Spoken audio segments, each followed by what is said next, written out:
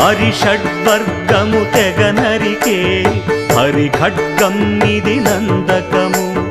బ్రహ్మలోకమున బ్రహ్మా భారతి నాదాశీసులు పొందినదై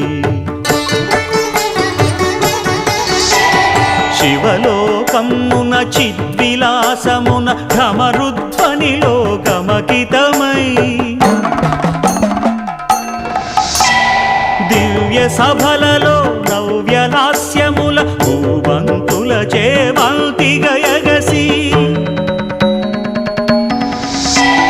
నీరద మండల నారద తుంగుర మహతీ గానపు మహిమలు తెలిసి సితహిమకందర యతిరాట్ సభలో తపఃఫలం ముగ తడుకుమని